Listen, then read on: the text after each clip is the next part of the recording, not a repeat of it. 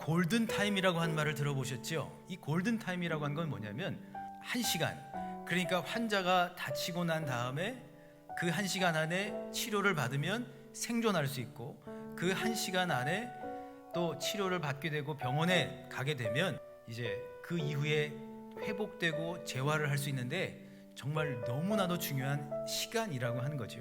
이처럼 여러분, 환자가 병원에 가서 치료받는 이 타이밍이 정말 중요한 것입니다. 오늘 본문을 보게 되면 이와 같은 골든 타임에 처한 한 아버지, 그리고 아들의 이야기가 나옵니다.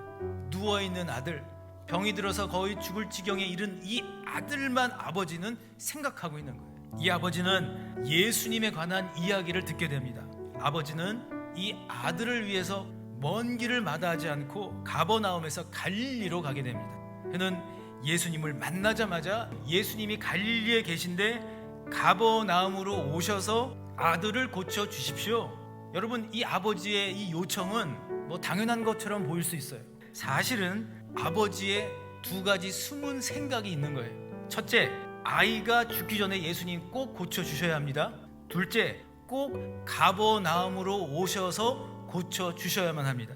아이의 아버지는 자신이 정한 타이밍, 자신이 생각하고 있는 이 골든 타임 안에서 예수님의 그 치유의 능력이, 그 치유의 역사가 일어나야 된다고 생각을 하고 있는 거예요.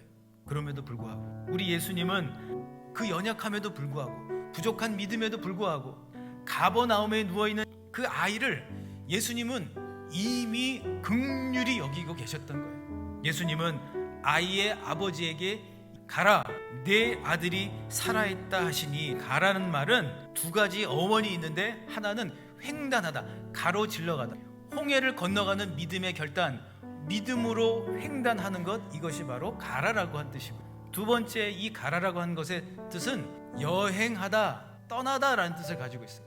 지금 당장에는 눈으로 보이지 않지만, 지금 당장에는 그 아들이 낫지 않았지만, 지금 그 아들이 여전히 아프지만, 그러나 믿음을 가지고 믿음의 눈으로 선택하라 하는 거예요. 그 당시에 수많은 사람들이 예수님을 따른다고 하고 있었지만 그들의 신앙은 한마디로 뭐예요? 표적신앙. 문제를 해결해 주시는 하나님만을 바라본 거예요. 요즘식으로 얘기한다면 해결사 하나님. 우리 인생 가운데, 우리의 가정 가운데 여러 가지 어려움들이 생기면 어떻게 해요? 우리도 모르는 사이에 비교하고, 우리도 모르는 사이에 세상적인 잣대를 가지고 생각을 해버리는 거예요. 예수님께서는 분명히 이 가정을 향한 특별한 하나님의 마음이 있었기 때문에 그 아버지에게 믿음의 여정을 떠나라, 믿음으로 선택하라, 믿음의 눈으로 바라보아라. 믿음의 여정을 가는 사람들은요, 이미 나 있는 길을 가는 사람들이 아닙니다. 이미 나 있는 길이 아니라 하나님이 그 가정, 그 사람을 통해서 하나님은 새로운 길을 만들기를 원하십니다. 이 아이의 아버지는 정말 홍해를 건넌 것 같은 믿음의 결단을 가지고 걸어가라고 하는 말씀을 듣고 어떻게 하지요? 선택하지요. 본문 50절에 믿고 가더니, 아직 여러 가지 일들이 이루어지지 않았지만 그 아버지는 가버나움으로 오십시오도 내려놓았고, 자신이 정한 죽기 전에라고 하는 것들도 내려놓고 믿음으로 집으로 갑니다. 그의 집으로 가는 도중에 그의 집에서 일하는 종들을 중간에서 만난 것 같아요.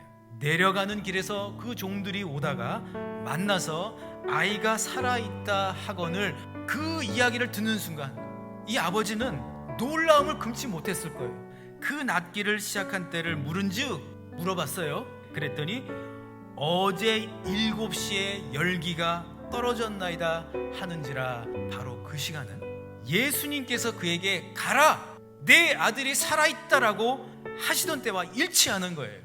하나님의 최종 목표는 문제를 해결해 주시고 무엇을 얻게 하신 것이 하나님의 궁극적인 목표가 아니라는 거예요.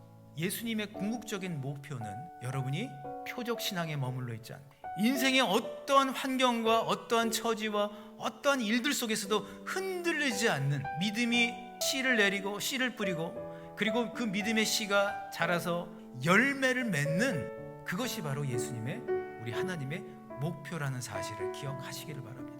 그러기 위해서 오늘 하나님의 타이밍 속에 살아가는 훈련을 하실 수 있기를 바랍니다. 하나님의 타이밍 속에서 살아가면 한 걸음 한 걸음 속에서도 하나님이 함께하고 계심을 느끼며 살아가는 거예요.